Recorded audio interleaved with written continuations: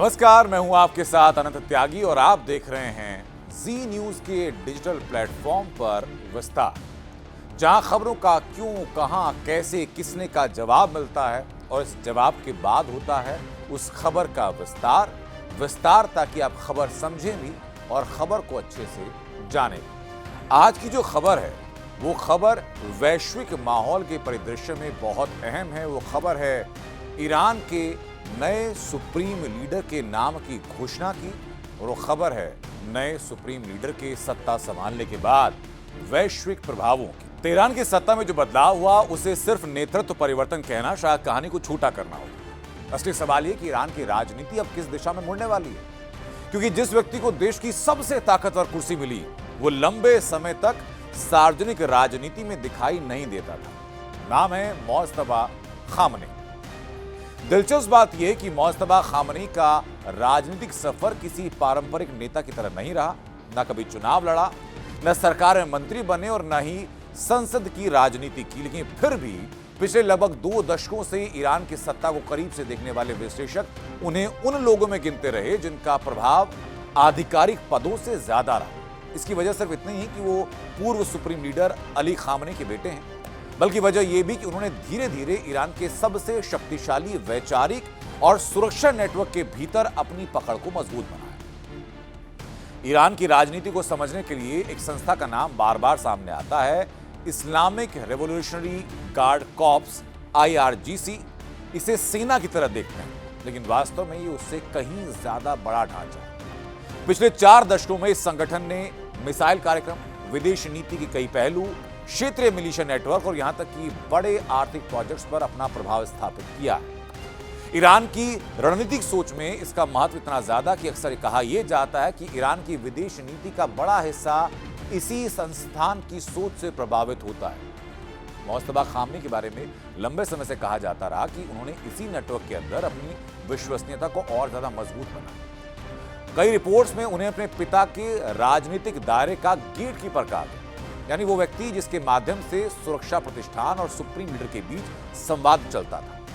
यही वजह कि जब उन्हें सर्वोच्च पद मिला तो सत्ता के भीतर बहुत ज्यादा अस्थिरता दिखाई नहीं, लेकिन उनके प्रभाव का दूसरा आधार रहा है बसीज। ये एक विशाल अर्धसैनिक नेटवर्क जिसे इस्लामिक क्रांति के बाद बनाया गया। काम न सिर्फ सैन्य प्रशिक्षण तक था, ये वैचारिक प्रचार, सामाजिक नियंत्रण और संकट के समय राज्य के समर्थन में लामबंदी का कार्यक्रम करता है। कई बार बड़े विरोध प्रदर्शनों को नियंत्रित करने में इसी संगठन की भूमिका देखी गई।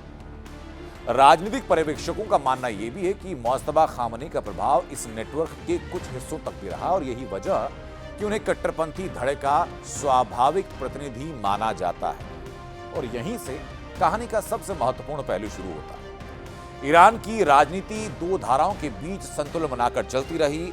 एक तरफ अपेक्षाकृत व्यवहारिक या सुधारवादी सोच और दूसरी तरफ कठोर धड़ा जो मानता है कि इस्लामिक क्रांति की मूल भावना को किसी भी कीमत पर कमजोर नहीं होने देना चाहिए। मोस्तफा खामनेई को लंबे समय से इसी दूसरे धड़े का करीबी माना जाता है और यही वजह कि उनके सत्ता में आने को कई विश्लेषक सिर्फ एक नियुक्ति नहीं बल्कि सत्ता के वैचारिक संतुलन में बदलाव के रूप में देख रहे हैं। तो फिर सवाल यह आता है कि उनके नेतृत्व में ईरान की जो रणनीति है वो कैसी हो। संकेत पहले से मौजूद है। पहला संकेत क्षेत्रीय नीति का। पिछले 2 दशकों में ईरान ने मध्य पूर्व में कई सहयोगी समूहों का नेटवर्क तैयार किया। लेबनान में हिजबुल्ला तैयार किया, इराक में शिया मिलिशिया, सीरिया में सरकारी बलों को समर्थन और यमन में हूती आंदोलन। ये पूरा नेटवर्क ईरान को सीधे युद्ध में उतरे बिना क्षेत्रीय प्रभाव की ताकत देता है। यदि नया नेतृत्व इसके आक्रामक तरीके से इस्तेमाल करता है तो मध्य पूर्व में प्रॉक्सी संघर्षों की तीव्रता, जो स्पीड है, जो इंटेंसिटी है, बढ़ सकती है। दूसरा संकेत परमाणु नीति का।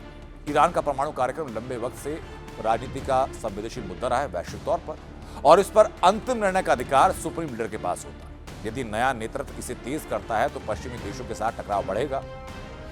विश्लेषकों का मानना है कि कट्टरपंथी धड़े के मजबूत होने का मतलब यह भी हो सकता है कि भविष्य में ईरान में परमाणु समझौते जैसी कूटनीतिक संभावनाएं और ज्यादा उलझ जाएं, जटिल हो जाएं। लेकिन तीसरा और शायद सबसे गंभीर पहलू ऊर्जा का।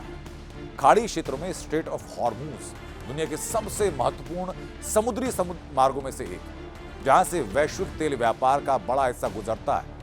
यदि क्षेत्रीय तनाव बढ़ता है, यहां दबाव और ज्यादा होता है। इसका असर अंतर्राष्ट्रीय तेल बाजार पर दिखाई पड़ना शुरू हो चुका है और ये वजह कि ईरान की हर चाल को ऊर्जा सुरक्षा के नजरिए से भी देखा परखा जा रहा है। इस पूरी कहानी में एक और परत है, वो परत है ईरान की घरेलू राजनीति की। पिछले सालों में देश के भीतर कई बार विरोध प्रदर्शन हुए, जिसमें आर्थिक असंतोष रहा, सामाजिक प्रतिबंध रहे, आजादी जैसे मुद्दे सामने आए।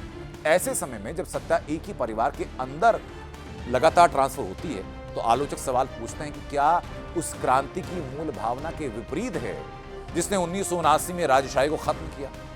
यही वजह कि नए सुप्रीम लीडर को एक साथ दो तरह की चुनौतियों का सामना करना पड़ सकता है। बाहर बढ़ते भू राजनीतिक तनाव और अंदर समाज के बदलते राजनीतिक मूड का दबाव। और इस पूरे घटनाक्रम को अगर एक बड़े परिप्रेक्ष्य में देखें तो सिर्फ एक नेता के सत्ता में आने की कहानी नहीं, उस राजनीतिक व्यवस्था की दिशा का संकेत भी है जिसने 4 दशकों तक खुद को स्थिर बनाए रखा। मुस्तफा खामनेई अब केवल एक धार्मिक नेता नहीं, वो उस वैचारिक धारा का प्रतीक बन चुके हैं जो मानती है कि ईरान को क्षेत्रीय राजनीति में ज्यादा आक्रामक और आत्मनिर्भर भूमिका में आना चाहिए।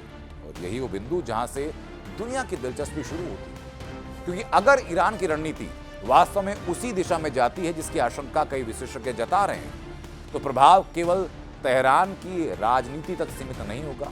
असर मध्य पूर्व की शक्ति संतुलन, वैश्विक ऊर्जा बाजार और आने वाले सालों की अंतरराष्ट्रीय कूटनीति तक दिखाई दे सकता है। ये था विस्तार में आज की खबर को लेकर, उसके पहलुओं को लेकर का विस्तार। लेकिन आने वाले वक्त में खबरों का ऐसे ही सहज सुलभ विस्तार आपके लिए हम लेकर आते रहेंगे। नमस्कार।